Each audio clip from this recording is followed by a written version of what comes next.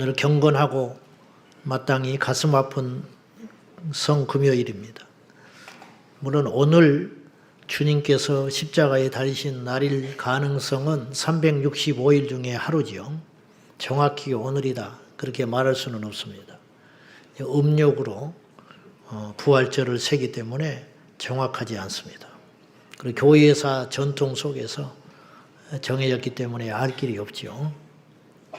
예수님이 이제 성탄절이면 제가 그런 이야기를 종종 했는데 예수님이 오신 날이 12월 25일이냐 잘 모릅니다. 그러나 그 모르기 때문에 주님의 이 땅에 오신 사건은 엄청난 사건인 거죠. 조작되지 않았다는 거예요. 조작했다면 그분을 위인전처럼 기술을 했을 거예요.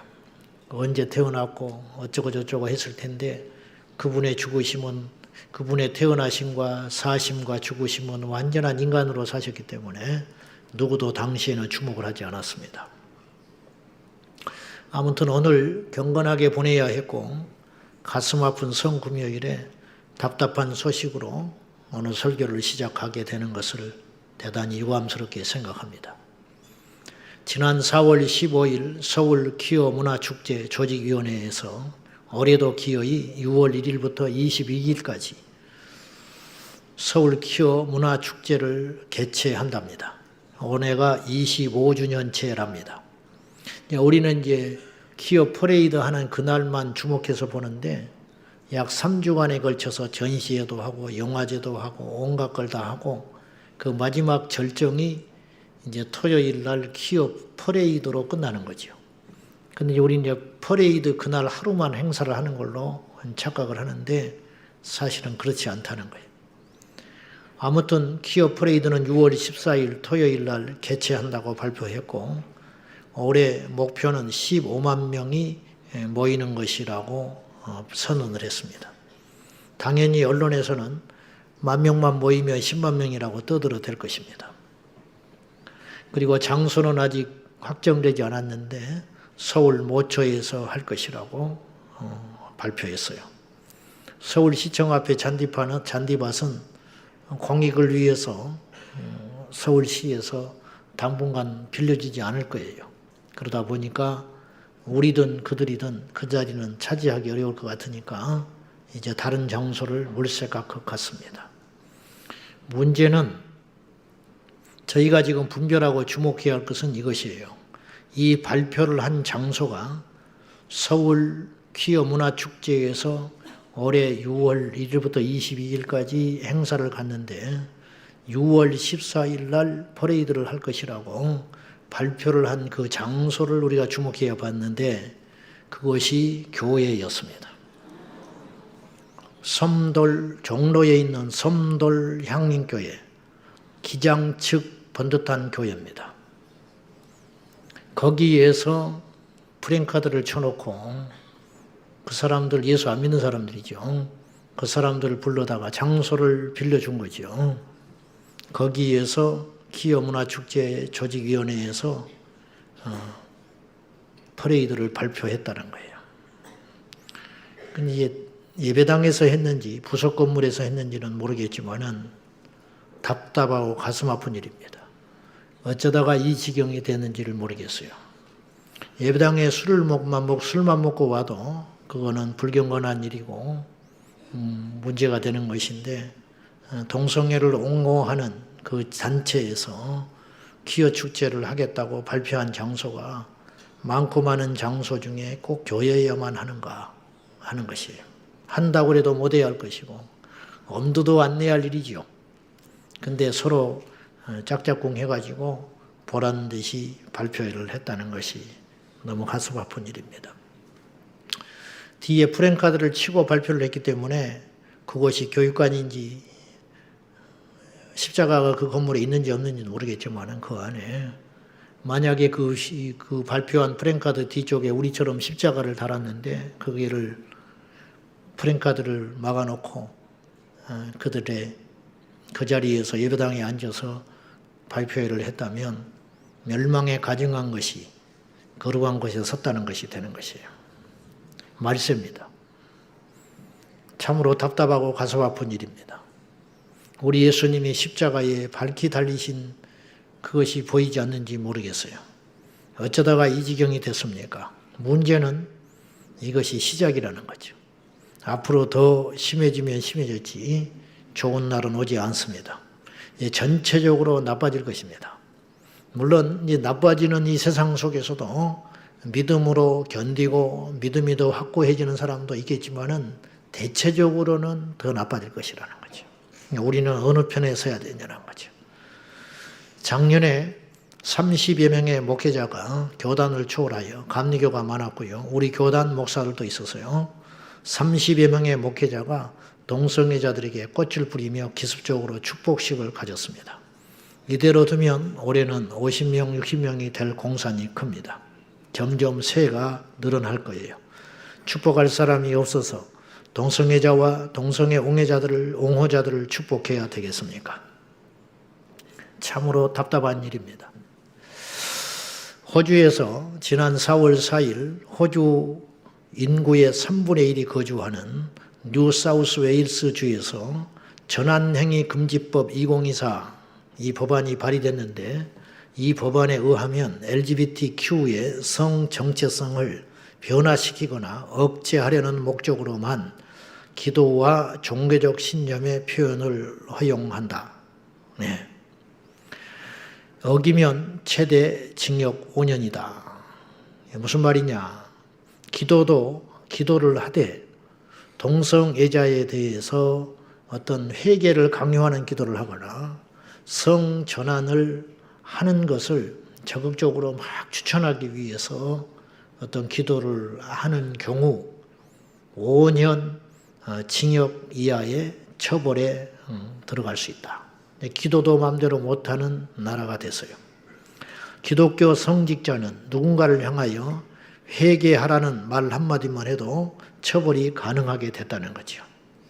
아이들이 잘못됐다는 말을 듣고 고쳐야 한다는 생각을 강요받아서는 안 된다라고 말을 하며 이 법안은 하루 만에 통과됐어요. 이게 무슨 말이냐면 학교에서 무슨 교육을 하거나 교회 학교에서 설교를 하거나 아이들을 상대하고 가르칠 때 그런 가르침이나 설교를 듣고 내가 성전환하는 게 잘못됐구나, 동성애가 잘못됐구나 이러한 어떤 생각을 품도록 강요하는 가르침이나 연설이나 설교를 하면 처벌받는다는 거예요. 이게 도대체 어떤 나라예요? 호주, 북한이 아니에요. 그래서 동성애 독재법이라고 그러는 거죠. 우리나라도 차별금지법이 통과되면 곧이어 직면하게 될 현실입니다. 왜 그렇게 자꾸만 차별금지법을 이야기합니까? 답답하고 걱정이 되고 불안해서 그러는 거예요. 자, 100번 양보해서 우리는 예수 잘 믿어서 천국 가면 돼요. 근데 100번 제가 양보해서 오늘 번뜩 드는 생각, 이런 생각이 드는 거죠. 그래, 100번, 1000번 양보하자. 그래서 좀 비겁한 사람이 돼보자. 그래서 동성애에 대한 일체 언급을 하지 않는다. 설교 때. 그래서 동성애자가 늘어나든지 우리만 안 하면 되니까. 동성애자에 대해서 선교 안 하면 되니까. 뭐 이제 이렇게 하고 입 닫고 그렇게 해도 문제인데 이 차별금지법이라는 건 동성애에 국한된 문제가 아니라는 거죠. 언론이나 경제나 신앙행위나 교육이나 가정생활에까지 어마어마한 영향을 미치게 돼 있다는 거예요. 동성애로만 생각하면 큰일 나요. 정치까지 영역에 이르기까지 모든 사람들을 이걸 핑계로 억압하는 법일 수 있다는 거죠. 동성애에 대해서 죄라고 말을 안 하면 그냥 그 말만 해서 문제가 될 것 같으면 100번, 1000번 양보해서 그것도 아니지만은 문제지만은 하지 말자 이 말이에요. 더 많은 주제들이 설교에 많으니까 안 하고 말지 뭐. 안 하면 동성애자가 좀 늘어나겠죠. 우리나라 에이즈가 850% 폭증한 거 아시죠? 우리나라만 전 세계에서 늘어나고 있어요. 에이즈가. 그건 왜 그러냐 이 말이에요. 왜 그러냐. 그래서 두 가지이죠. 첫째는 성적으로 문란하다, 지금 젊은이들이.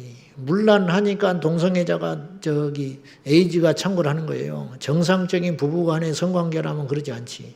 뭔가 지금 문제가 일어나고 있는 거예요. 젊은이들 사이에 성적으로 일탈이 엄청나게 많이 일어나니까 지금 에이즈가 확산되는 거예요. 두 번째, 그 에이즈가 확산되는 경우에 상당수는 동성 간의 성행위를 통해서 확산되는 거예요. 이거는 피치 못할 진리예요. 근데 말을 안 해주잖아요. 옛날 같으면요, 9시 뉴스에 이게 나와요.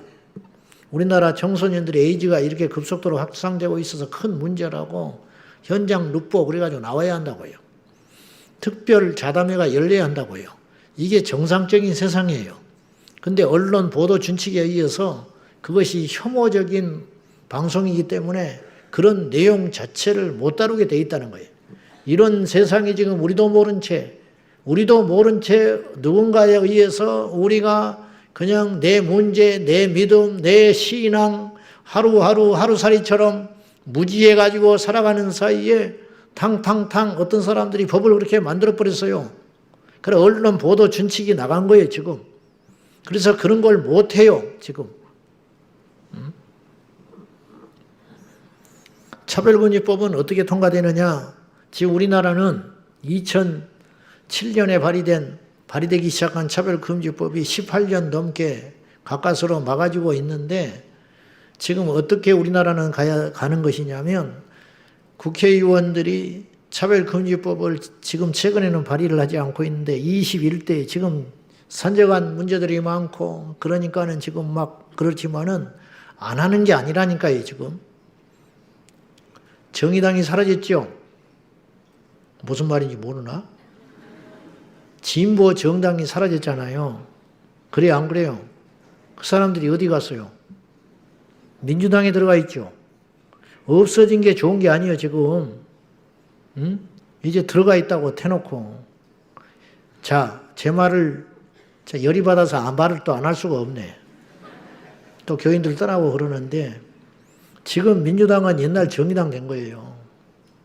이해하기 쉽게 말하면. 옛날 민주당이 아니라고. 근데 순진하니 옛날 민주당인 줄 알고 지지하는 사람들이 있어. 속고 있는 거예요 여러분들이 지금. 정신 똑바로 차려야 돼요. 지금 민주당이 옛날 정의당이다 딱 생각하면 되는 거예요. 더 심해지면 심해졌지 절대로 순하지 않아요. 잠이 오세요? 어떻게 철이 없을까? 죽어서 답답해서. 나보고 그래 전라도 목사님 왜 그런 소리 자꾸 하냐고. 천국 가서도 전라도 찾을 거예요? 나 지금 정말 아주 잠이 안 와요. 잠이 안 와. 그러면 이제 국회의원이 이렇게 해가지고 발의하잖아요. 같이 품앗이 해가지고 몇 명이 해서 이제 대표 발의한다고요. 뭐 인권법이니 뭐 어쩌니 하면서 그럴듯한 이름 붙여가지고 이번에 최근에도 제가 밴드에 올렸죠. 이번에도 누가 올렸어 민주당에서 지금. 그러면 이제 거의 발의가 되잖아. 그러면 그것이 법사위에 올라가요. 우리나라는 법사위가 올라가면 법사위원회에서 통과시키면 본회의로 올라간다고 해요. 근데 지금까지는 어떻게 됐었냐면 18년 동안 법사위에는 올라가요. 근데 법사위에서 통과를 안 했어. 법사위원장이 거절을 하든지 거기에 이제 숫자가 어떻게 하든지 뭐 퇴장해버리든지 그래서 거기서 스톱되고 아슬아슬하게 불이 막 산 밑에서 타고 내려가다가 우리 집 앞에서 딱 끝나고 이렇게 아슬아슬하게 넘어온 거예요. 그 본회의 한 번도 안 올라가 봤어요. 그 본회의 올라가면 이제 과반이면 통과되겠죠. 그러니 마지막 믿는 구석은 대통령의 거부권. 그거 마지막 이제 신랄 같은 희망을 가지고 지난 세월 동안 기도하고 버틴 거예요. 그러니까 그걸 아니까 법사위에서 그냥 자꾸만 뚫어보는 것인데 어차피 가도 거부권 하겠지 하고 별 희망을 안 가지고 통과시키려는 사람들도 그렇게 적극적으로 안 한 부분도 있었을 것이라고 나는 생각해요. 이해되지요? 무슨 말인지. 근데 지금은 판도가 달라지잖아요. 만약에 대통령이 자금법을 통과시키겠다는 사람이 돼버리면 삼위일체가 완성이 되는 거예요.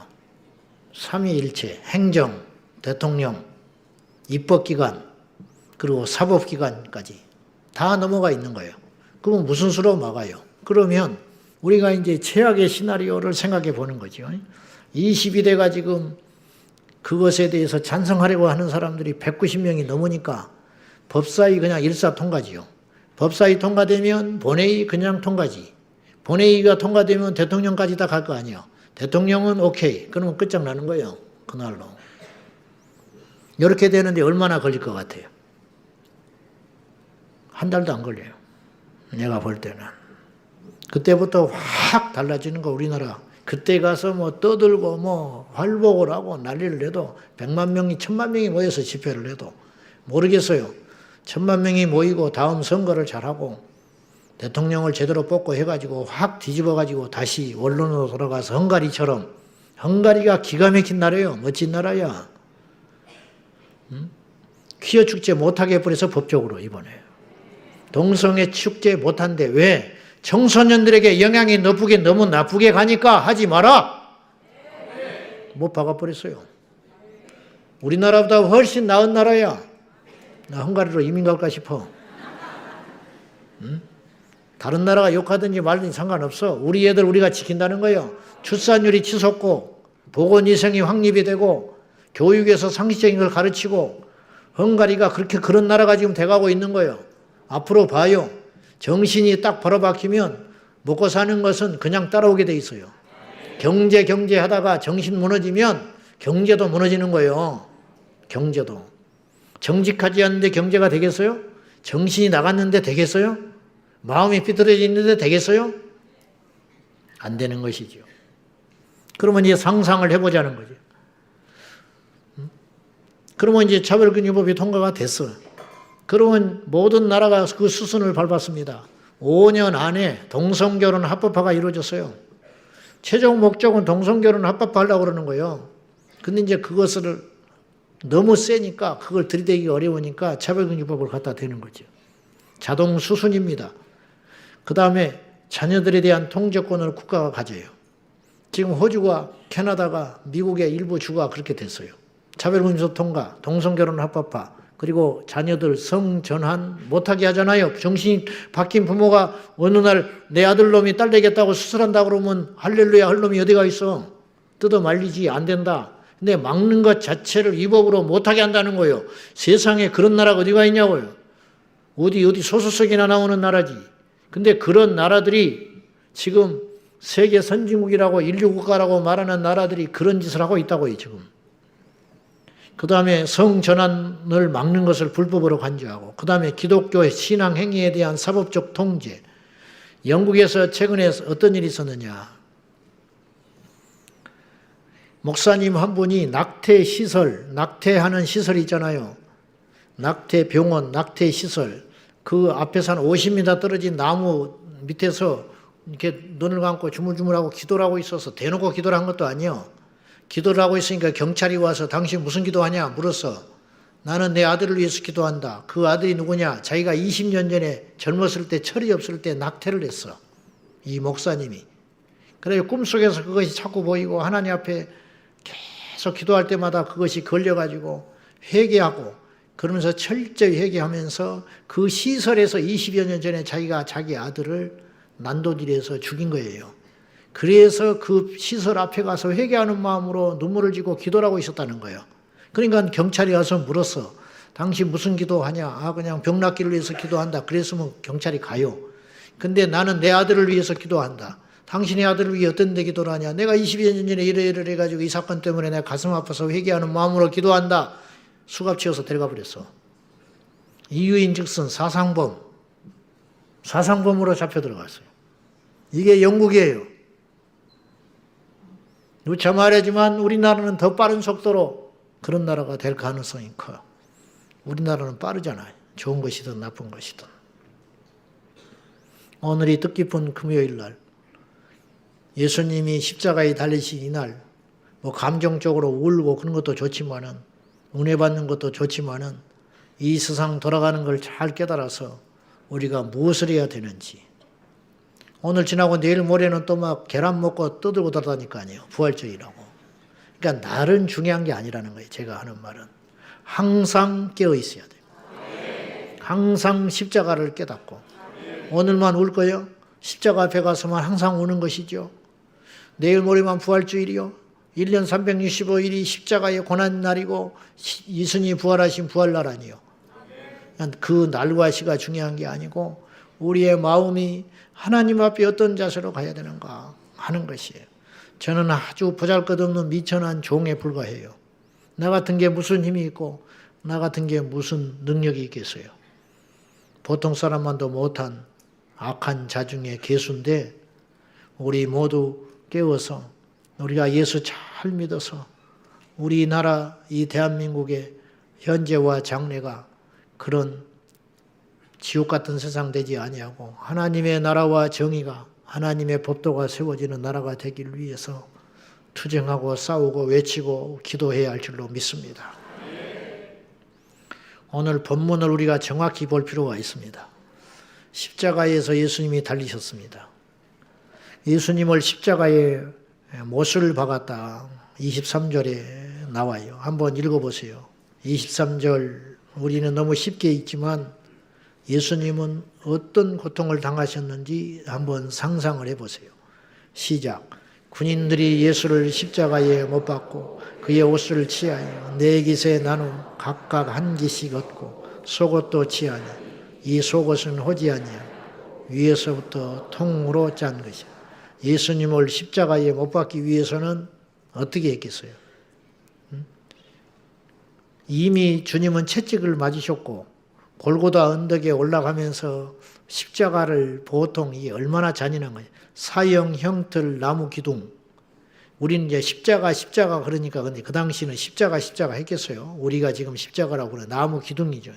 나무 통 기둥을 어깨에 짊어지고 어깨가 벗겨지고 채찍에 맞아가지고 그 채찍이라는 것도 가죽으로 만든 채찍이 아니고 로마 군인들이 사용했던 재판정에서 사용했던 채찍이라는 것은 묶어놓고 등짝에다가 이 채찍을 휘두르는데 이 가죽 채찍도 보통 일이 아닌데 그 가죽 끝에다가 짐승의 뼈다귀와 납을 붙여가지고 갖다가 때리면 철썩하고 살갗에 박히면 이걸 착 잡아 당기면 살갗이 뚝뚝 떨어지는 그런 채찍을 주님이 맞으신 거예요.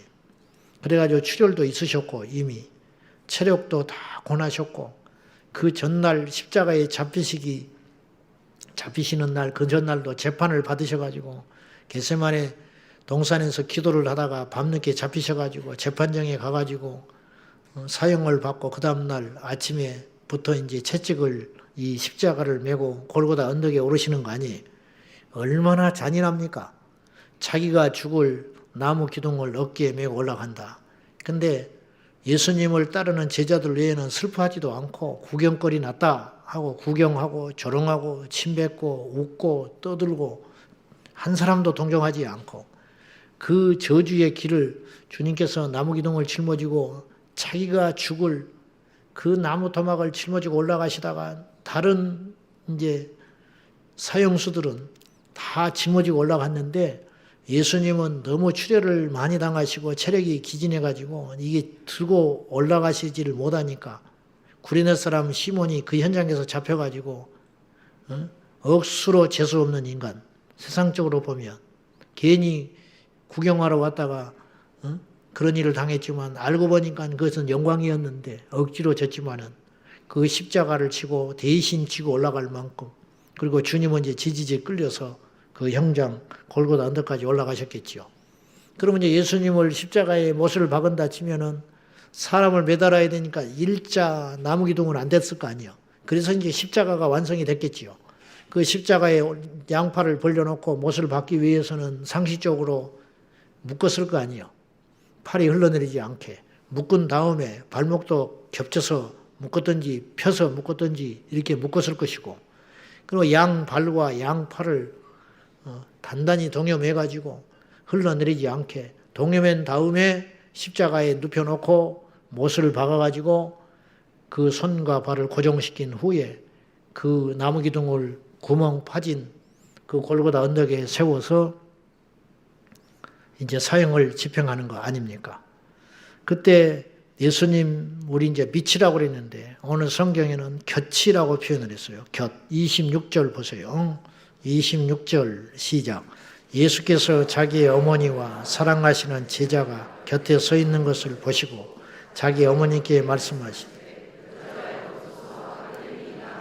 자, 25절부터 봐야겠습니다.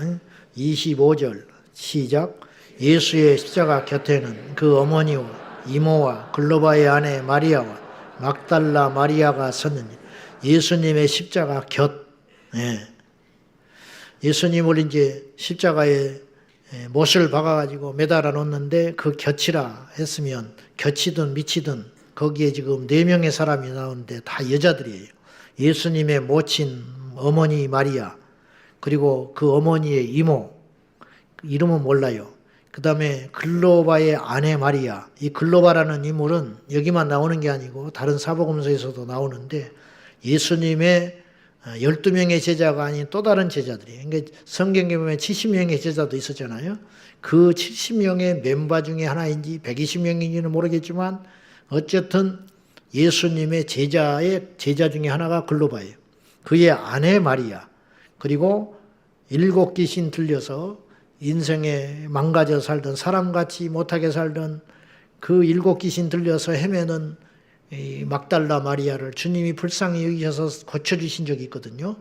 그 뒤로부터 예수님의 따르는 제자가 되어가지고 이제 십자가에 달린 그 형틀에까지 이 막달라 마리아가 그의 어머니 마리아와 그의 이모와 글로바의 아내 마리아. 마리아가 3명이죠. 마리아라는 이름이 흔했다는 걸 알 수 있죠. 이 3명과 이모까지 해서 4명의 여인이 예수님 십자가 곁을 지키고 있었다. 그런 뜻입니다. 예수님이 마지막으로 남기신 한마디가 다 이루었다 였습니다. 물어봅시다. 뭘 이루셨다는 거예요? 십자가에서 죄인으로 죽으신 분이 뭘 이뤘다고 말을 하겠어요? 상식적으로. 그러니까 이 한마디가 주님의 생애를 다 말해주는 거예요. 여러분이 억울해서 죽든 혹은 정당한 죗값으로 죽든 우리가 만약에 저런 형을 받아서 죽는다면 마지막 할 말은 아니잖아요. 뭘 이뤘다는 거예요, 저분이. 아시는 대로 이것은 원어로는 테텔레스타이라고 부르짖고 가셨다는 거예요. 그 테텔레스타이라는 말은 상업적 용어인데, 경제 용어인데 다 빚을 갚았다. 완불했다. 그게 더 이상한 말이죠. 그나마 다 이루었다. 번역하는 과정에서 다 이루었다. 그렇게 번역이 되니까 주님이 십자가에서 우리의 구원을 완성하고 죽으셨구나. 그렇게 이제 의미가 쉽지만은 그 당시 사람들은 도무지 들어도 이해하지 못할 한마디를 외치고 가셨어요. 빚을 다 갚았어. 그리고 돌아가셔 버렸다는 거예요. 무슨 빚이 있었는데 그분이. 마귀에게 선언하는 거예요. 세상에 선언하는 거예요. 나의 목숨으로 내 백성들이, 나의 자녀들이 너의 종노릇하며 지었던 그 평생의 죄값, 앞으로 인류의 모든 죄값을 내가 다 이 죽음으로 완불하고 가노라. 그러므로 더 이상 인류는 너의 속한 자가 아니고 나를 믿기만 하면 그 죄의 값에서 해방되어 구원받을 수 있다라고 하는 엄청난 선언이라는 거죠. 이 한마디만 봐도 기독교는 단순한 종교가 아니고 성경은 그냥 써놓은 경전이 아니라는 것을 귀 있는 자는 알아야 할 것 아니냐 이 말이에요. 얼마나 더 많은 설명이 필요하며 우리 예수님이 정말 답답하셨을 것 같아요. 그래서 제자들에게 내가 얼마나 너희와 같이 있어야 되냐. 그런 말 하셨거든요. 얼마나 많은 기적을 보여줘야 되고 지금까지 주님이 2000년 동안 살아계셔서 죽지 아니하시고 기적을 베푼다 해도 안 믿을 사람은 안 믿어요. 나사로를 살렸는데 예수님 죽이고 나사로도 죽이겠다는 인간이 그 강팍한 인간이. 그 사람 욕할 게 하나도 없는 게 우리도 마찬가지니까. 예수님은 마지막까지 당신의 안위나 당신의 어떤 체면이나 그런 것에 상관하지 아니하고 인류의 구원의 문제, 그 인생들의 그 믿음만을 걱정하고 염려했다는 걸 알 수 있어요. 어디서 알 수 있느냐? 마지막까지 당신은 말씀을 성취하려고 했어요. 28절 보세요. 28절. 자, 다 같이 시작. 그 후에 예수께서 모든 일이 이미 이루어진 줄 아시고 성경을 응하게 하려 이르시되 내가 목마르다 하시니.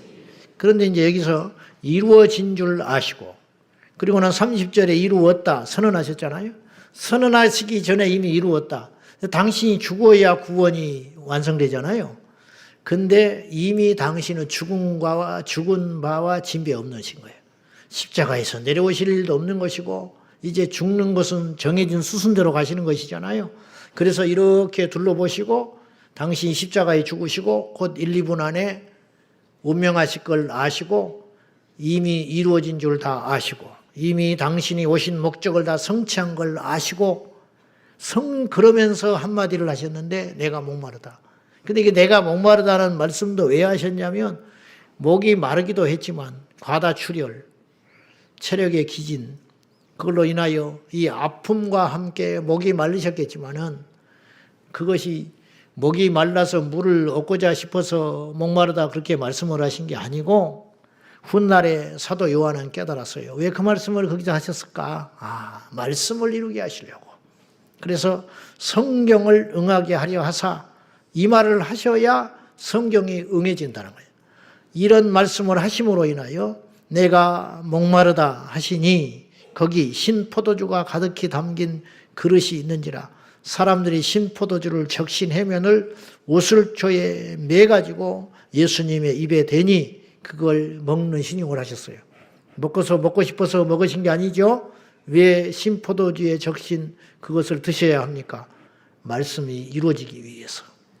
그런데 이 말씀이 이미 성경에 있다 이런 말이죠. 예수님께서 십자가에 달리실 때 그 당일의 행적에서만 이루어지는 사건이 너무 많았지만 구약의 예언이 수백 년을 초월하여 이루어진 사건이 많았지만 십자가에 달려서 이루신 예언의 사건도 굉장히 많았다는 거죠. 그걸 이제 소개하는데 그러면 주님께서 그 말씀을 성경에 있는 그 예언이 성취되고 이루어지게 하시려고 마지막까지 주님께서 그렇게 희생하고 수고하셨던 이유는 뭐냐?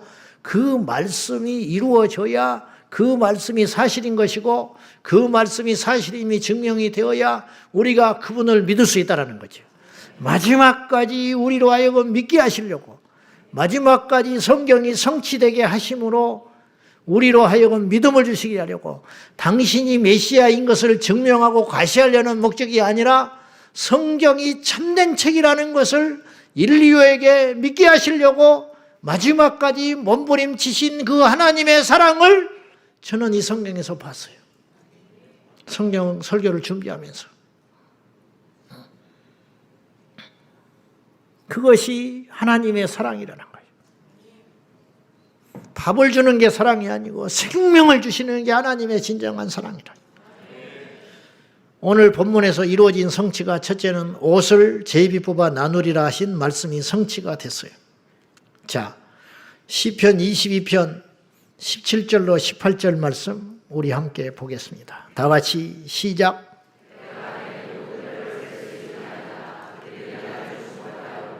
내 겉옷을 나누고 속옷을 제비 뽑나이다. 이 말씀이 이루어졌는데 이것이 그냥 그런가 보다 하지만 그렇게 간단한 게 아니라는 거예요. 24절에 보면 군인들이 서로 말하되 이것을 찢지 말고 누가 얻나 제비 뽑자 하니 이는 성경에 그들이 내 옷을 나누고 내 옷을 제비 뽑나이다 한 것을 응하게 하려 함이라. 군인들이 그러고 싶어서 그러는 게 아니에요. 지금 이렇게 함으로 뭘 성취하는 거예요? 말씀을 성취한다는 거예요. 그럼 왜 이것이 특이한 사건이냐면 그냥 그런가 보다 할 수 있지만은 첫째는 그 당시 로마 사람들은 이 사형을 집행하는 군인들은 로마에 잡혀온 포로나 사형수의 옷을 정당하게 가져갈 수 있는 권리가 있었다고 그래요. 그러니까 이 옷을 가져갈 수 있었던 거예요. 근데 가져갈 때 이것을 뭐 재수가 좋다 행운이라고 생각을 했는지 어쨌는지 서로 가져가려고 하니 한 사람이 가져가지 않고 보통의 경우 찢어가지고 갈기갈리 찢어가지고 하나씩 가져갔다. 이 수는 많으니까 이거 서로 가져가려고 차지하려는 사람이 많으니까 그게 관례적으로 지금까지 그렇게 가져가는 거예요. 근데 예수님의 옷도 그렇게 가져가야 상식이라는 거예요. 근데 두 번째, 이들은 그렇게 하지 아니하고 그때만 예수님의 옷만 갈기갈기 찢어서 하나씩 가져간 게 아니고 특이하게도 한 사람에게 몰아주자.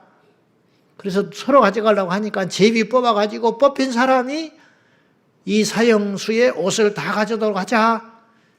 정신이 나갔는지 어떻게 했는지 그때 그렇게 했다는 거예요, 이 사람들이. 알고 봤더니 그렇게 할 수밖에 없는 이유가 있었다는 거예요. 그건 뭐냐? 이미 시편 22편에 예수님이 지금 이 사건을 십자가에 달리시기 전 무려 1000년도 전에 시편에 그 말씀이 기록되어 있었는데 자기들은 그것을 성취하는 도구인지도 모른 채 이루어지게 했다 이 말이죠. 이게 결코 간단한 일이 아니라는 거예요. 그리고 조금 전에 읽은 목마르다 하심으로 맹물도 아니고 왜 맹물 먹어도 되는 거잖아요. 상식적으로. 근데 예수님은 물을 마시지 아니하고 특별한 물을 드셨으니 물론 그때만 그런 거 아니에요. 그 사형수의 어떤 고통을 덜어주기 위한 일종의 마지막 배려. 우리나라 영화 같은 거 보면 사형수에게 마지막으로 부탁이 뭐가 있냐? 그건 다 들어줄 참이야. 어차피 죽을 놈인데 뭐 담배 하나 주시오. 그러면 평소에는 담배 못 피우게 하지요. 그러나 그때는 마지막 가는 길이라고 하니까 담배 하나 피우면 좋겠다. 그러면 뭐 간수가 담배불을 붙여가지고 입에 물어주면 그걸 한 대 태우고 죽는. 진짜 그런지는 어쩐지 모르지만 영화에 그런 장면이 나오듯이 마지막 목말라 죽어가는 저 사형수에게 줄 수 있는 은총이 뭐냐. 조금이라도 그 순간에 심포도주를 먹음으로 아픔을 덜할 수 있도록 쓸개탄 포도주를 적셔가지고 높이 달려있으니까 컵으로 먹일 수가 없으니까 우슬초에 매여가지고 그걸 적셔가지고 입술만이라도 적셔주게끔 하게 했는데 그것이 예수님 십자가에 달릴 때만 한 건 아니지만은 그동안 해왔지만 알고 봤더니 이것이 성경의 성취더라는 거예요. 시편 69편 21절에 기록이 되어 있어요. 같이 봐요. 그들이 시작. 그들이 목마를 때에는 초를 마시게 하여서 이렇게 이런 짓을 할 거라는 거죠. 이것이 약속의 성취들이라는 거예요. 예수님의 십자가 곁이라고 오늘 본문은 봤지. 우리는 흔히 십자가 밑이다 그랬는데 오늘 본문은 일단 곁이라고 묘사를 했어요. 곁이든 밑이든 거기에 있는 주변에 있는 사람들이 여러 사람들이 있습니다. 아까 우리가 영상을 잠깐 봤지만 저건 그냥 간단한 영상이 아니고 저랬을 것이라고 익히 짐작이 돼요. 마리아는 넋이 나가가지고 마리아는 예수님의 비밀을 누구보다도 잘 아는 분이에요. 자기가 낳았지만 자기가 낳은 자식이 아니라는 걸 알았어요. 그래서 가나 혼인잔치에 이미 증명했잖아요. 뭐라 하시든지 그대로 해라. 이건 경험에서 나온 말이거든요. 분명히 하인들이 감당하지 못할 상식적이지 않는 어떤 말을 하겠지만 들어라. 그러면 반드시 어떤 기적이 일어날 걸 믿었기 때문에 그의 모친 마리아는 무슨 말씀을 하시든지 그대로 해라. 그래서 이제 그런 것들이 성경에 단편적으로 소개되지만 그게 뭐 한두 번이었겠어요. 그런 게. 태어날 때부터 이 십자가에 달릴까지의 일생을 모친 마리아는 알잖아요. 그러니까 예수님의 완전한 인간인과 동시에 하나님이셨다는 것은 예수님이 십자가에 달리신 후에 부활을 목격한 마리아와 그의 형제들이 마리아는 이미 예수 그리스도를 믿고 있었다고 나는 보고요. 이 상황 속에서도 그의 형제들이 뒤늦게 믿어가지고 왜냐하면 육신으로 공생의 기간 동안 기적을 행하고 복음 전하고 다닐 때는 미쳤다 하고 잡으러 왔거든요. 형제와 친척들이. 그때만 해도 예수님의 비밀을 몰랐기 때문에 마리아는 그렇지 않지만 그 형제들은 육신의 동생들은 몰랐을 거란 말이에요. 근데 부활하신 주님을 목격했기 때문에 이제는 완전히 달라진 거죠. 그래서 어떤 핍박과 불이익을 당하더라도 예수님을 신으로 인정하고 떠날 수 없었기 때문에 120명이 마가의 다락방에서 모여서 성령 받기를 위해서 기도할 때 그 무리 중에 모친 마리아와 형제와 12제자와 그 밖의 제자들이 모여있다고 사도행전 1장은 기록되어 있거든요. 그러니까 예수님이 부활하셨다는 것은 확실한 사실이고 당신께서 평범한 인간이 아니었다는 것은 이미 재론의 가치가 없는 완벽한 하나님이셨다는 거죠. 그 주님께서 그 주님께서 십자가의 죽음에도 불구하고 마리아는 넋이 나가서 이게 반쯤 넋이 나가가지고 동공이 풀려가지고 지금 보고 있는 것이고, 아무리 육신에 자기가 낳은 평범한 아들은 아니지만 아들로 생각하고 지금까지 산 거 아니에요. 그 아들이 자기 눈앞에서 십자가에 달려서 피를 흘리고 절규하며 죽어가는데 어떤 부모가 그냥 있을 수 있겠어요? 요셉은 일찍이 죽었을 것이고 홀로 키우면서 여기까지 온 거죠. 그 밖에 이제 막달라 마리아니 뭐 구경꾼들이 있는데 그 중에 십자가의 못을 박을 때 낄낄거리면서 천연스럽게 웃으면서 못질을 해야 되는 로마의 군인들이 있었어요. 그건 절대로 나는 과장된 건 아니라고 봐요. 왜냐하면 그런 일이 일상으로 있었고 그냥 집행하는 거니까 양심의 가책도 없이, 망나니가 목을 칠 때 양심의 가책이 있습니까? 그냥 자기는 직업으로 목을 치는 것처럼 예수님을 당연하게 죄인이라고 여기고 양심의 가책이 이만큼도 없이 자기들이 무슨 짓을 하고 있는지도 모른 채 십자가에 못을 박아 죽인다. 그럼 묻겠습니다. 십자가에 못 박아 죽인 그들이 죄인입니까? 우리는 어떻습니까? 저는 그들을 특별한 죄인이라고 생각하지 않아요. 그들이 죽인 것입니까? 우리가 죽인 거 아니에요? 응? 로마 군인들이 예수님을 죽인 겁니까? 그렇지 않, 그들은 망나니에 불과하다는 거예요. 망나니에 불과. 그들을 모함하고, 그리고 우리의 죄로 인하여 이 땅에 주님이 오셔서 죽을 수밖에끔 없게 만든 죄, 그 죄의 원흉이 우리들이라는 거예요. 사실은. 저 자신이고. 근데 정작 그 주변에 있는 군상들을 보면은 자신의 죄 때문에 그분이 죽고 있는 조차도 모르는 자들이 있었어요. 이것이 바로 오늘 이 세상의 사람들이에요. 지금 성금요일. 그러나 불타는 금요일이라고 죄를 짓는 인생들이 이 땅에는 무수히 많을 거예요. 살인하고, 거짓말하고, 탐욕하고, 범죄하고, 술 먹고, 헤매이고 있는 인생들이 이 땅에 부지기수로 많을 것이고, 세상의 이방인들은 그렇다 치고요. 이방인들은 그렇다 치자, 이 말이에요. 이방인들은. 무슨 말이냐?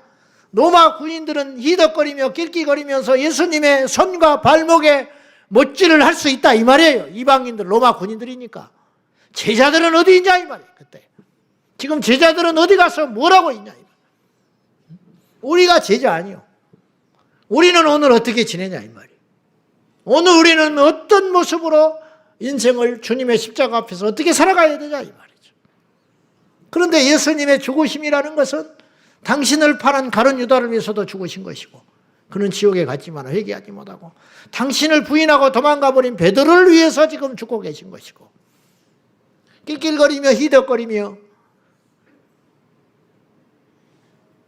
예수님을 못 박아 못을 치고 잔혹하게 죽이고 있는 로마 군인들을 위해서도 주님이 죽으신 것입니다. 모르지만 훗날에 로마 못을 박았던 그 군인들도 구원을 받았을지 안 받았을지는 모르지만 그들도 주님은 할 수만 있으면 구원해 주시려고 하신 거예요. 그들도 구원해서 제외하지 않았을 것이다, 이 말.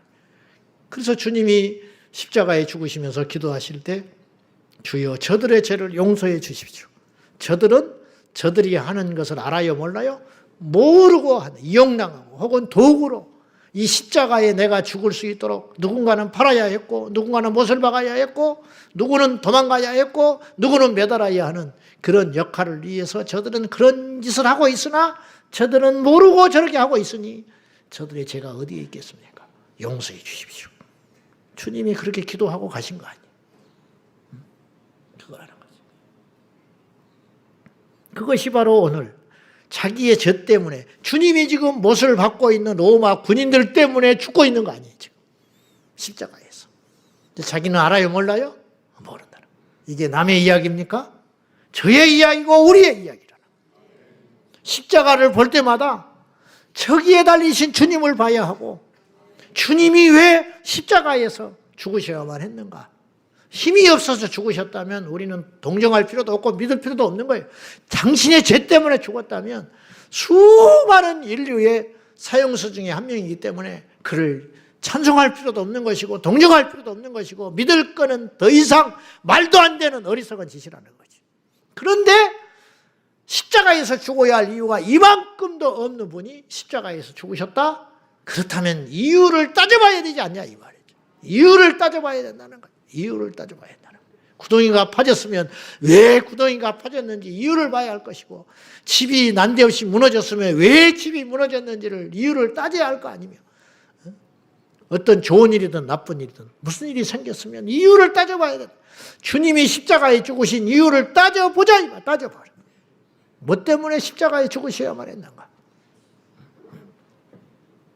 이사야서 53장 3절과 4절 말씀 읽습니다.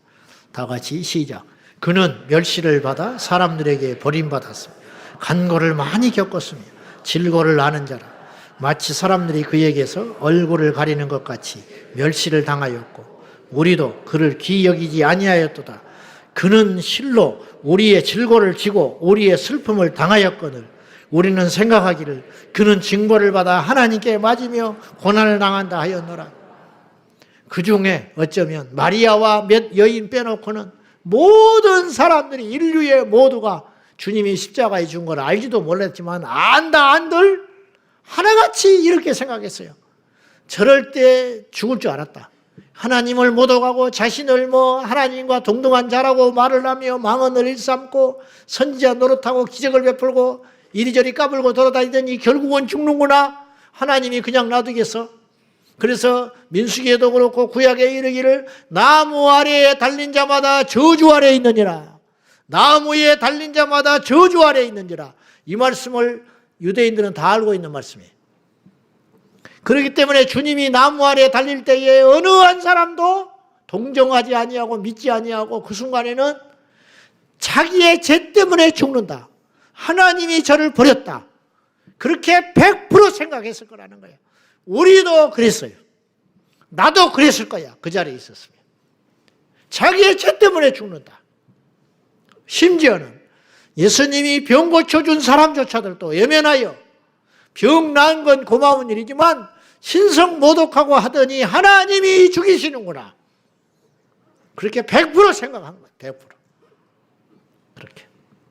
근데 그 사건이 구약에 이미 이사야 선지자를 통하여 예언해 놨더라는 거예요. 그는 참으로 우리의 질고를 치고 우리의 저주와 고통을 치고 우리의 슬픔을 대신하여 당하고 있는데 우리는 생각하기를 그는 징벌을 받아서 하나님께 맞으며 고난을 당한다 하였노라. 딱 그 말씀이 맞습니다. 어쩌면 이렇게 600년 전에 이사야는 주의 계시 가운데 이런 말을 미리 할 수 있냐 이 말. 그가 찔리면 우리의 허물을 인합니다. 그가 맞으면 우리의 죄악 때문이라. 채찍에 맞으면 우리가 나음을 입었다. 이런 엄청난 예언의 말씀을 어떻게 600년 전에 하실 수가 있냐 이 말이죠. 모든 구약의 예언과 사건들이 예수 그리스도께로 집중되고 있다는 거예요. 그 예수께서 오셔서 저와 여러분을 위해 죽어주셨다는 거예요. 그래서 우리가 이 자리에 있는 것이에요. 그래서 우리가 살고 있는 거예요. 그래서 우리가 천국을 갈 수 있는 문이 열게 됐다는 거예요. 그래서 주님이 내가 길이요 진리요 생명이라 나로 말미암지 않고는 누구도 아버지께로 올 자가 없느니라. 왜 주님이 십자가에 죽으셨습니까? 논리적으로 한번 생각해 봅시다. 한 가지 이유나 있는지. 병 고쳐주신 게 죄입니까? 정의를 외치신 게 그것이 죄입니까? 인류 역사상 억울한 사형수가 제법 있었을 거라고 나는 봐요. 상대 진영에 의해서 죄를 뒤집어쓰고 죽은 사람도 굉장히 많았겠죠. 그러나 인류 역사상 가장 억울한 사형수는 예수 그리스도이셨습니다. 예수님처럼 거룩하고 의로운 존재가 이 땅에 없었기 때문에 물론 좋은 일 하다가 죽은 사람도 있겠지만은 예수님과는 비교가 안 되는 사람이다 이 말이죠. 그분은 십자가에서 죽으실 만큼 죄인도 아니었고 또 하나 그렇게 약한 존재도 아니었어요. 우리는 힘이 없어서 억울해도 꼼짝 못하고 죽는 수도 있어요. 그냥 죄인으로 몰아가지고 죽으면 힘없으니까 죽을 수 있다. 그런 날이 오고 있다는 거예요. 제가 걱정하는 것은. 근데 100번 1000번 양보해서 그렇다 치지만 예수님은 아무리 죄인으로 몰아도 당신이 힘이 있잖아요. 기본적으로 갖고 있는 힘이 있잖아요. 힘. 그래서 주님께서 가룟 유다에게 고발 당해가지고 잡혀갈 때 베드로가 칼을 들고 설치니까 떨어진 길을 말고의 길을 붙여주면서 그래도 안 믿어. 그러니까 이건 택한 자가 따로 있는 거예요. 내가 로마 군인이요. 밤중에 횃불 들고 예수님 잡으러 갔어. 누가 누군지 모르니까. 근데 서로 군호를 맞췄다고 그랬잖아요. 신호를. 내가 입 맞추는 자가 내 스승 예수니 잡아라. 그때 달라들어 잡아라. 그래가지고 납비여 하고 인사하면서 입을 맞추니까 몰려와서 잡았잖아요. 그때 베드로가 칼을 들고 설친 거예요. 그래서 말고의 기가 떨어졌는데 예수님이 붙여줬어. 딱. 뭐 찰흙이야? 붙여줬어. 그러면 내가 로마의 군병이라면 그걸 보고 벌벌벌 떨면서 못 잡을 것 같아요. 나는 못한다. 네가 해라. 도망갈 것 같아. 근데 꺼리낌 없이 잡아가잖아요. 그건 왜요? 그 도구로 그렇게 쓰시는 거예요. 믿을 자는 믿고 안 믿을 자는 안 믿는 거예요. 한번 상식적으로 생각해 봐요. 그러면서 베드로에게 칼로 흥한 자는 칼로 망한다. 절대 그러지 말아라. 그리고 내가 힘이 없어 잡혀가겠냐. 내가 12영, 12군단. 이제 개역 개정판에는 군단으로 번역을 다시 했는데 12군단이나 더 되는 천사를 불러다가 내가 이들을 멸하지 못해서 내가 잡아가겠냐. 12군단이라는 것은 보통 그 당시 약 6천 명이 1군단이었대요. 7만 2천 명이라는 소리예요. 7만 2천의 천사를 풀어가지고 이들을 못 멸하겠냐? 사람도 7만 2천이면 그들은 제압할 수 있어요. 천사 하나가 어떤 능력이 있는지 아세요? 히스기야 시대에 아람 군대가 몰려왔을 때 18만 5천이 쳐들어왔어요. 그들을 하룻밤 만에 천사가 하나가 다 멸해버렸어요. 제가 영어 성경도 보고 다른 번역의 성경도 확인을 해봤어요. 단수예요. 엔젤이야. 복수가 아니에요. 주의 천사 하나가 나타나가지고 아람 군대 18만 5천을 밤중에 송장 만들어버렸다니까요. 이사야서 37장 36절 봐요. 같이 시작. 여호와의 사자 아침에 일찍이 일어나 본즉 시체뿐이야. 하룻밤 만에 천사 하나가 와가지고 사람들 무장한 아람 군대 18만 5천을 하룻밤 사이에 시체 만들어버렸다면 7만 2천의 천사가 하나. 천사 부를 것도 없지. 예수님이 직접. 근데 인류 역사가 주님 한 분을 해볼 수 있겠어요? 천사 7만 2천을 동원해가지고 내가 이들을 얼마든지 멸할 수 있다. 근데 그 힘을 안 쓰시고 십자가에서 유약하게 그 조롱과 멸시를 받으면서 죽으셨다는 거지요. 근데 우리는 철이 없어서 그 당시 사람들처럼 그분의 죽으심을 당연히 여기고 의미 없이 보내는 이 땅에 죽어버린 그리스도인이 너무 많다는 거지. 그런데. 그러니까 교회에서 기어 축제를 하겠다고 선언하게끔 내주는 일이 그들에게 십자가는 뭐냐는 거예요. 그 무리들에게 주님이 십자가에 죽으신 사건은 무슨 의미가 있냐나. 그들이 가룟 유다 아니요? 지금도 주님은 그들을 위해서 울고 계시다는 거예요. 할 수만 있으면 회개의 기회를 주시고 할 수만 있으면 돌아오라고 그렇게 기다리고 계시다는 거지. 우리가 그걸 봐야 하지 않냐 이 말이죠. 근데 우리는 이제 정죄할 힘도 없어요. 능력도 없어. 우리도 똑같은 죄인이니까. 똑같은 죄인 사실은. 다른 사람은 몰라도 적어도 우리가 주님 앞에 서는 날까지 우리가 아무리 힘들고 어렵고 납득하기 어려운 일을 만나고 고달픈 인생을 산다 할지라도 예수님이 우리를 위해서 십자가에 죽으신 그 십자가의 의미만큼은 잊지 말고 알고 있어야 되지 않냐 이 말이에요. 때로는 흔들리죠. 저도 그렇고 여러분도 그렇고 저도 목사니까 흔들리지 않는 척하고 있는 것이지 수없이 악하고 더러운 죄인 아닙니까? 여러분도 마찬가지죠. 수없이 흔들려요. 수없이. 믿음이 올라가는 건 어렵지만 미끄러진 건 한순간이거든요. 바람과 함께 없어져 버리는 게 믿음이에요. 그냥 날아가 버리는 거죠.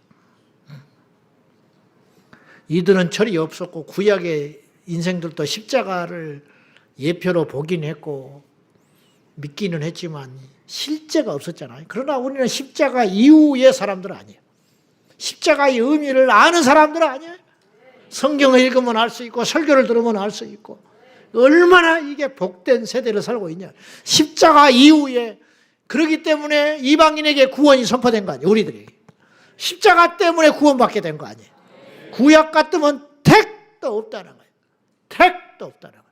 아주 극소수의 사람만, 여리고성의 기생 라합 같은 인물들만, 극소수의 택함받은 몇 사람, 손에 꼽을 정도만 구약의 인물들 중에 구원을 받았죠.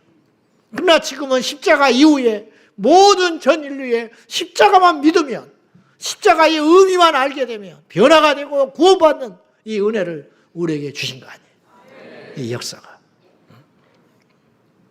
오늘 우리는 공의 이 뜻깊은 성금요일에 십자가 밑에 나아가 우리가 다시 한번 회개하고 하나님께 나가야 됩니다. 뭘 회개해야 되느냐? 첫째는 우리의 양된 모습을, 무지하고 어리석은 모습을 하나님께 철저히 회개해야 돼요. 이사야서 53장 6절 보십시다. 다 같이 시작. 각기 제 길로 갔거늘 여호와께서는 우리 모두의 죄악을 그에게 담당시키셨다. 양 같아가지고 무지하고 아무것도 몰라. 뭐 어떻게 돌아가는지도 모르고, 지금 저 목자가 나를 위해서 무슨 희생을 하고 계시는지, 나를 어떻게 인도하시는지 철딱선이 없고 그냥 먹을 것만 있으면 되고 그냥 하루하루 그냥 그렇게 살아가는 거예요. 무릇 양 같아서 그릇 행하여 각기 제 길로 갔거늘 여호와께서는 양같이 무지하고 어리석고 이기적인 우리의 죄악을 그에게 담당시키도록 짊어지게 하셨다는 거예요.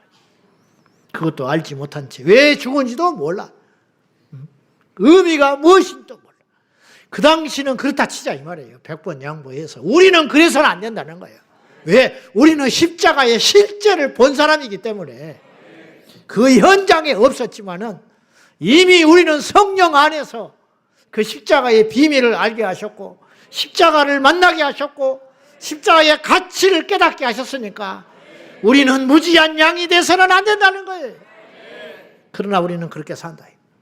그래서 그 죄를 하나님 앞에 철저히 회개해야 된다는 거예요.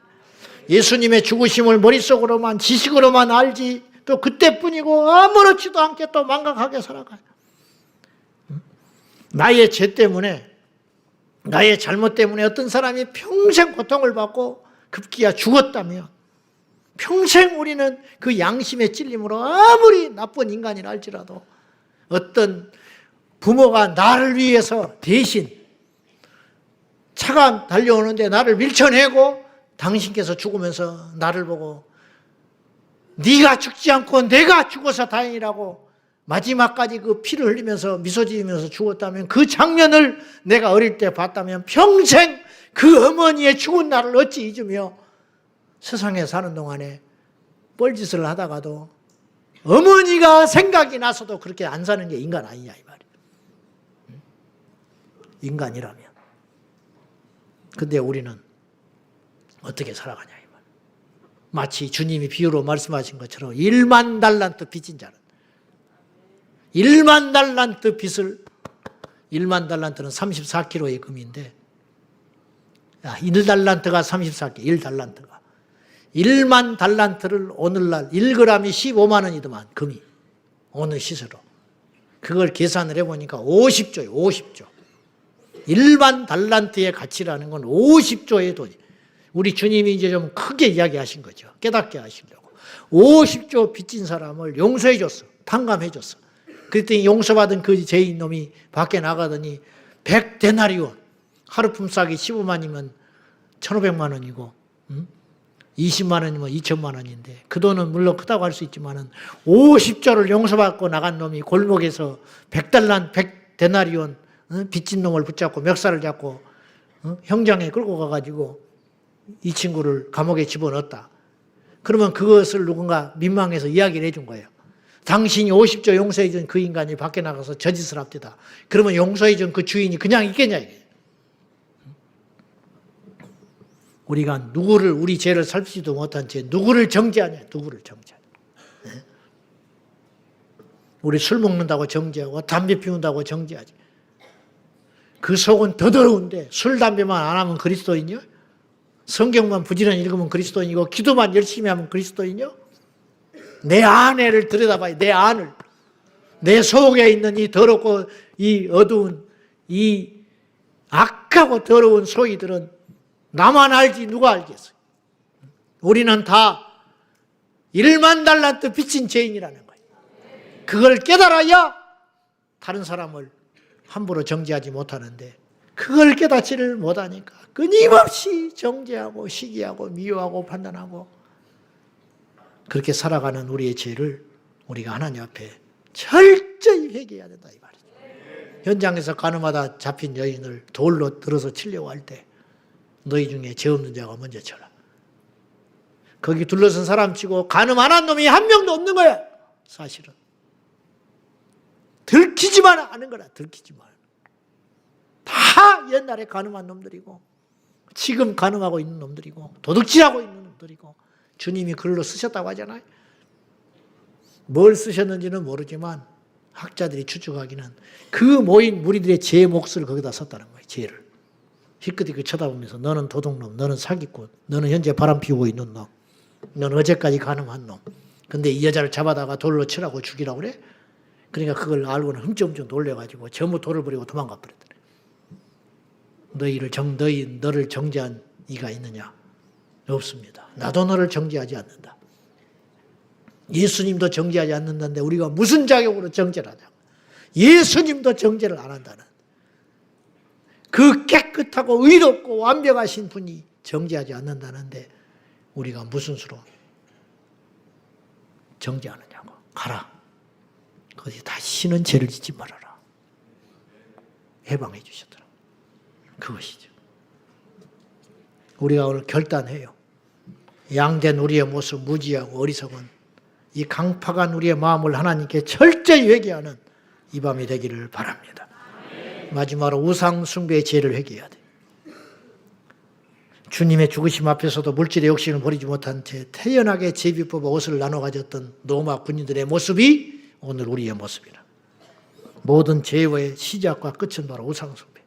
구약에 이스라엘 백성들이 짓는 많은 죄악들이 있었어요. 그 죄 중에 하나를 뽑으라면 무엇 때문에 그런 짓을 하고 있는가?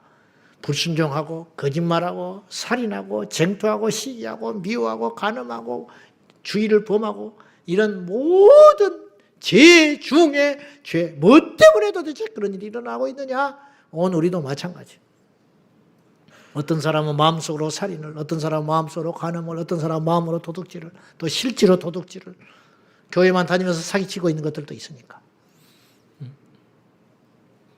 거짓말을, 술수를, 음모를, 파당을 짓고, 교회를 흔들고, 성도들의 영혼을 실족시키고, 탐욕을 부리고, 그러면 그런 모든 것들이 수천 수만 가지의 죄라고 할 수 있지만은 들어가면 오직 하나의 죄가 딱 나타나게 돼. 그게 뭐냐? 우상 숭배. 내 자아. 하나님 외에 다른 어떤 것이 내 안에 차 있기 때문에 일어나는 죄라. 그렇게 볼 수 있는 거죠.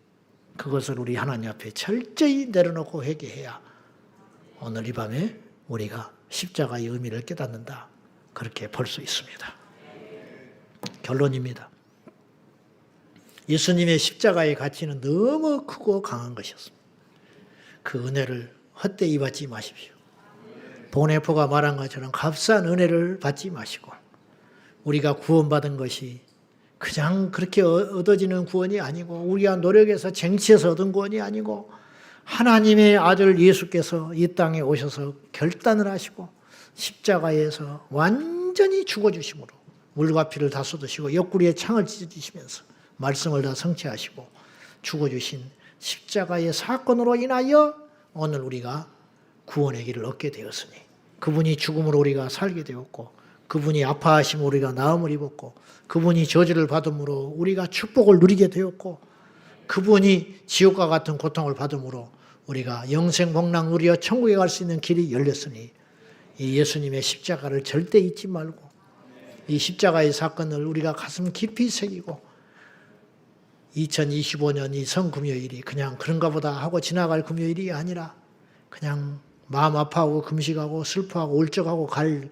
그런 일이 아니라 하나님 앞에 철저히 전인적 회개를 통해서 말로만 회개하지 말고 완전한 회개의 행위를 통하여 하나님 앞에 새로워지는 저와 여러분 되기를 주님의 이름으로 축원합니다. 우리 기도하십시다. 우리가 먼저 기도할 때 주님, 오늘 성금요일을 맞이하여 우리의 무지한 죄를 회개하나이다. 나를 위해 죽으신 주님을 망각한 채 뻔뻔했던 우리의 모습들을, 형제를 정죄하고 사랑하지 못했던 모습들을 철저히 회개하게 하여 주시옵소서.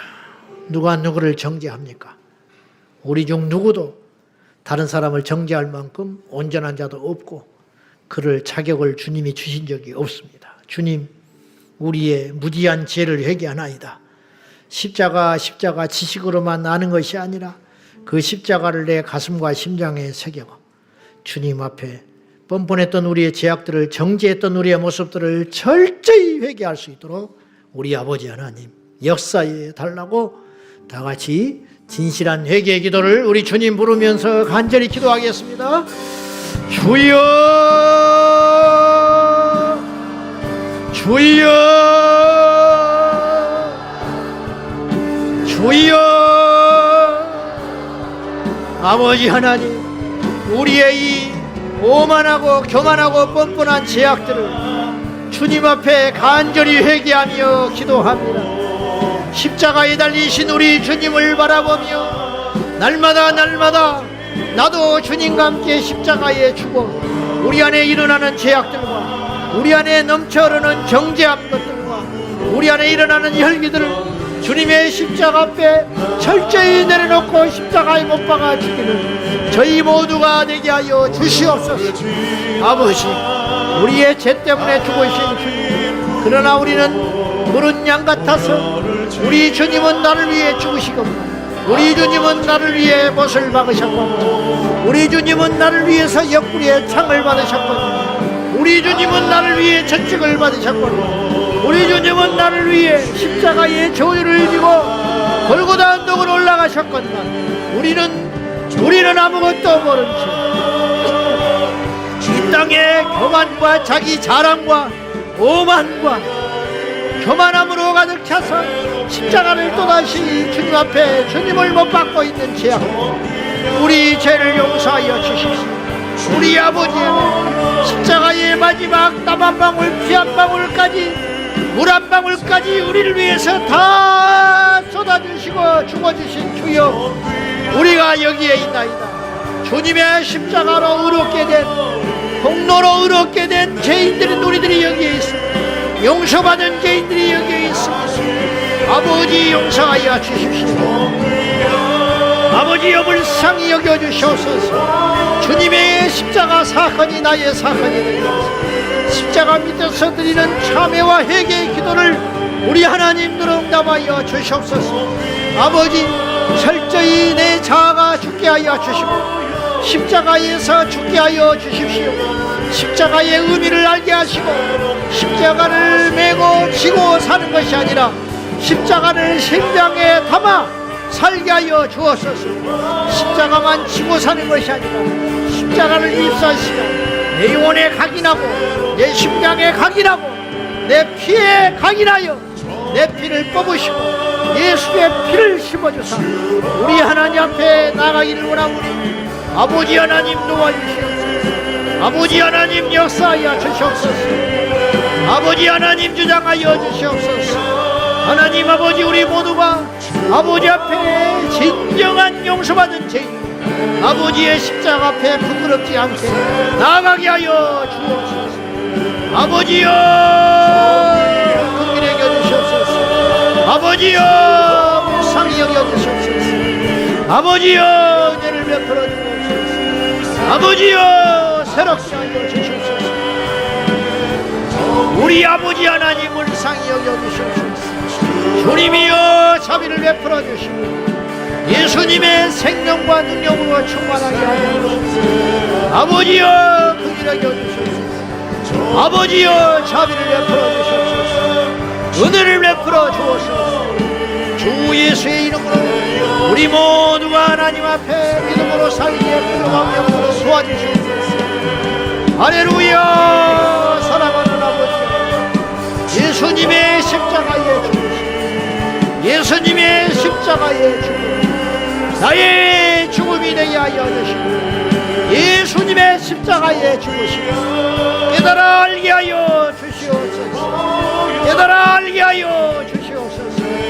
주님의 십자가가 나의 십자가 되고 주님의 죽으심 나의 죽음이 되게 하여 주소서. 아버지 하나님 도와주소서. 주님의 십자가 앞에 더 가까이, 주님의 십자가 밑에서 울고 있는 제들, 주님의 십자가 밑에서 떠들고 있는 로마 군인들의 모습, 바로 우리들의 모습. 아버지 하나님 우리의 허물과 죄를 용서하여 주시고 십자가를 잊지 말게 하여 주시고 평생 십자가를 잊지 말게 하소서. 어떤 경우에도 십자가를 잊지 말게 하여 주소서. 어떤 경우에도 십자가를 잊지 말게 하여 십자가 앞으로 더 가까이 새롭게 하며. 하나님 아버지, 우리가 주님을 죽였습니다. 힘없어 죽으신 것이 아니고 죄가 있어서 죽으신 것은 더 아닐진데 우리는 무릇 양 같아서 각기 제 길로 행하며 주님의 십자가의 죽으심을 보고도 하나님께 저주받아 자기의 죄 때문에 죽는다고 손가락이 했던 그 모습들이 바로 우리의 모습입니다. 주님, 십자가의 실제를 경험한 우리들은 절대로 그리해서는 안 되는 것인데 여전히 우리는 그런 모습으로 살아갑니다. 정죄하며 미워하며 판단하며 오만하며 우리의 의의를 내세우며 감히 십자가 앞에서 주님을 또다시 못 박으라고 소리지는 그러한 무지한 죄를 짓고 있으니 주여 용서하여 주시옵소서. 아버지, 오늘도 우리의 영혼이 거듭나서 십자가의 의미를 깨닫고 십자가를 메고만 다니는 인생이 아니라 십자가를 붙이기만 다니는 인생이 아니라 십자가를 짊어지고만 있는 인생이 아니라 십자가를 내 심장에 새기고 내 피에 담궈서 우리가 일생 십자가 안에서 살게 하여 주시옵소서. 연이어서 기도할 때 내 마음속에 깊이 자리 잡은 탐욕의 우상을 깨뜨려 주옵소서. 더 잘 먹고 더 잘 살고 더 폼나게 살려는 욕망을 십자가 밑에서 철저히 내려놓고 회개하게 하여 주옵소서. 인생은 잠깐이요 주님 앞에 받은 심판은 영원한 것이니 아버지, 나도 모른 채 내 안에 정당하여 들어와 있는 내 육신의 탐욕의 우상들이, 내 안에 있는 죄의 우상들이 오늘 십자가의 능력으로 낱낱이 드러나 깨뜨려지게 하여 주시옵소서. 우리 안에 다 우상이 있습니다. 내 자랑, 내 이기심, 내 욕심, 내 탐욕 모두 다 십자가에서 철저히 못 박아 죽게 하여 주시옵소서.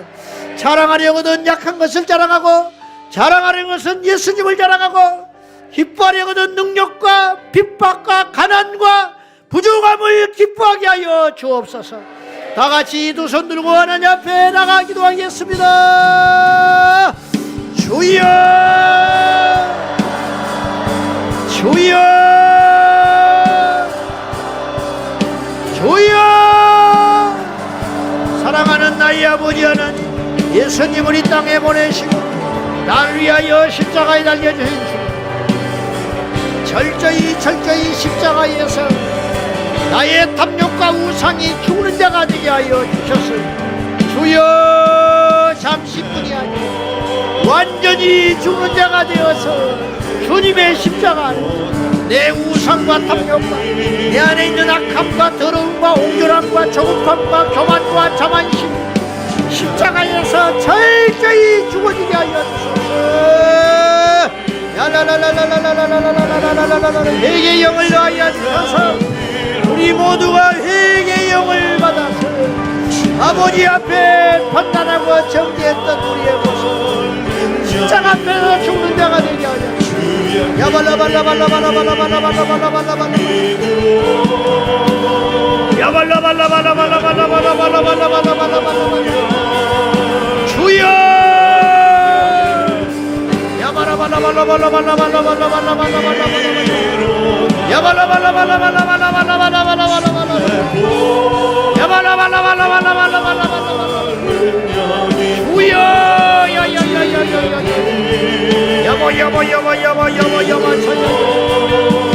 아버지여, 나를 이름을 상하게 여기소서. 주님의 협력 주여 십자가에서 주님 나의 탐욕과 우상과 물질의 신과 자아의 신과 교만의 신과 모든 이기심의 신 십자가에서 죽게 하여 주시옵소서. 십자가에서 철저히 죽게 하여 주시옵소서.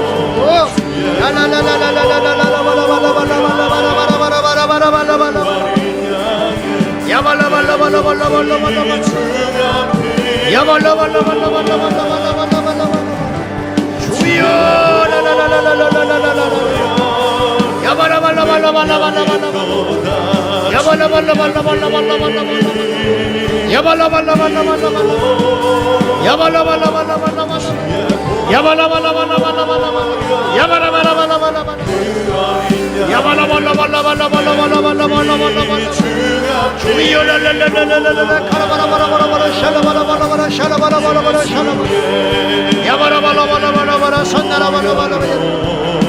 아버지 하나님이 주여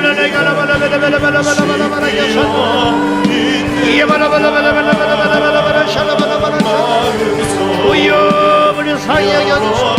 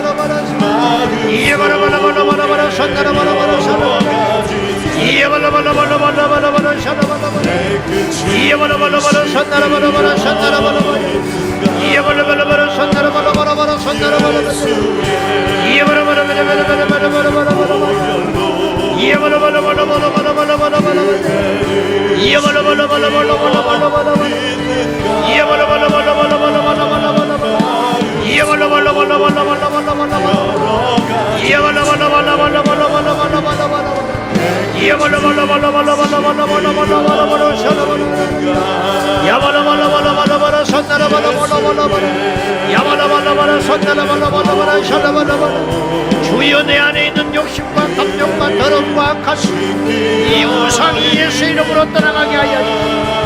십자가에서 철저히 죽게 하여 주소서. 나의 영을과 죄를 아시는 여호와 아버지 나를 불쌍히 여겨주소서. 오늘 거룩한 금요일을 맞이하여 예수님의 십자가에서 나도 함께 죽게 하여 주시옵소서. 나의 이기심과 교만과 탐욕과 우상 십자가에서 철저히 죽게 하여 주옵소서. 철저히 십자가에서 죽게 하여 주옵소서. 야발라발라발라발라발라발라발라 산다라발라발라발라발라발라 샤라발라 이야바라바라바라바라바라바라바라 샤라발라발라발라 샤라발라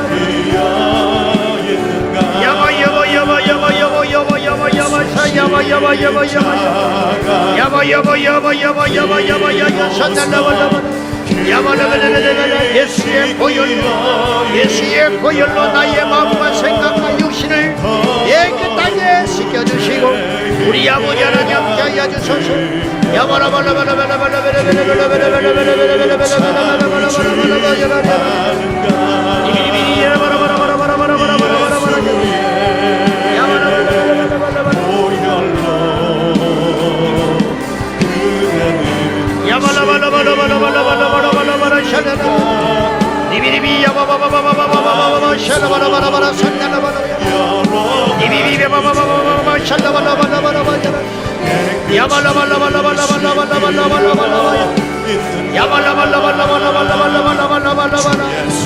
예수여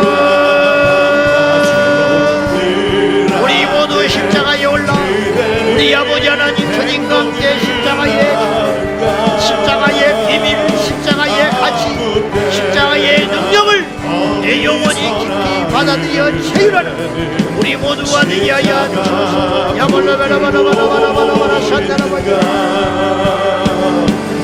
예수의 보혈로 그대 음식이 여였는가 마음속에 여러 가지 죄악이 지키려 있는가. 아버지 하나님, 여전히 예수님을 믿는다 하지만은 내 안에 다른 신을 또 섬깁니다.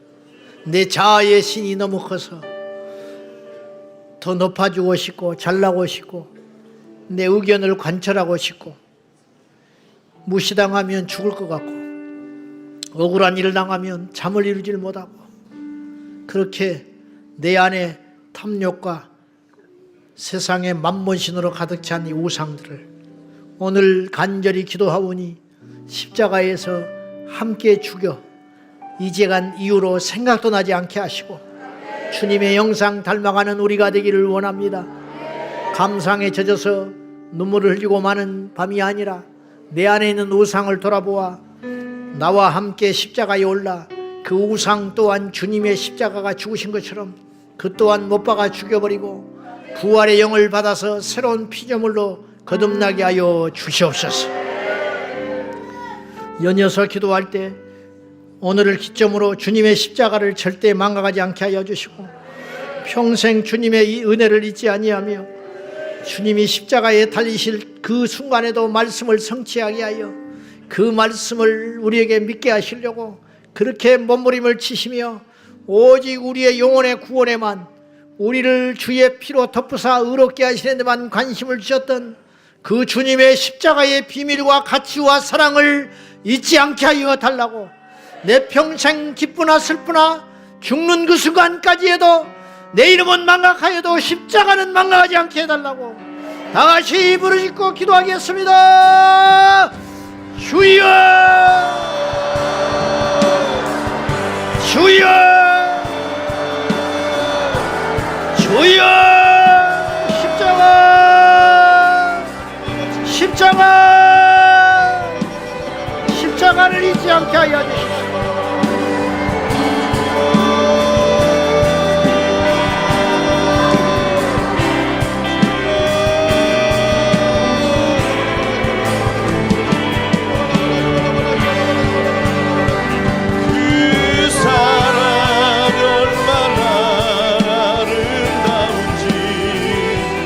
그 사랑